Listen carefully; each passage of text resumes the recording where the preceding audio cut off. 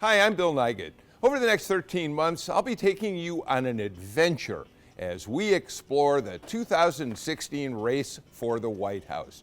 We'll be talking about what are the qualifications for president? What are some of the issues that will drive this campaign?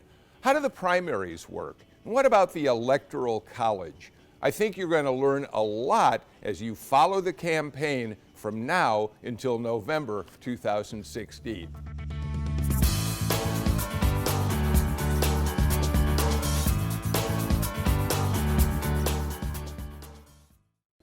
Have you ever heard someone say, voting is one of the greatest privileges that we have as Americans? Well, it's true. We, as citizens, have the power to elect our officials, from local offices like mayor and county commissioner, up to members of Congress, and President of the United States. We have this power because we're a democracy. Abraham Lincoln probably described democracy best of all. He called it a government of the people, by the people, and for the people in the Gettysburg Address. But here's a more formal definition. Democracy is a form of government in which the supreme power is vested in the people and exercised directly by them or by their elected agents under a free electoral system.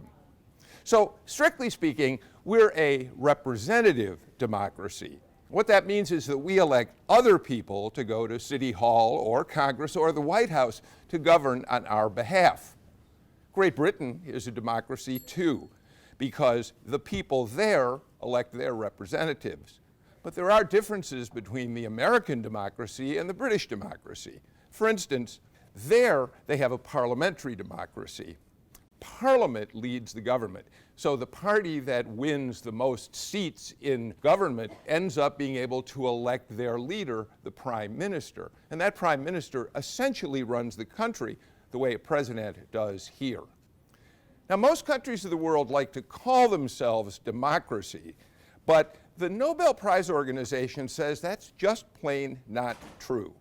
They say that out of 192 some nations in the world, about 100 of them aren't really democracies at all.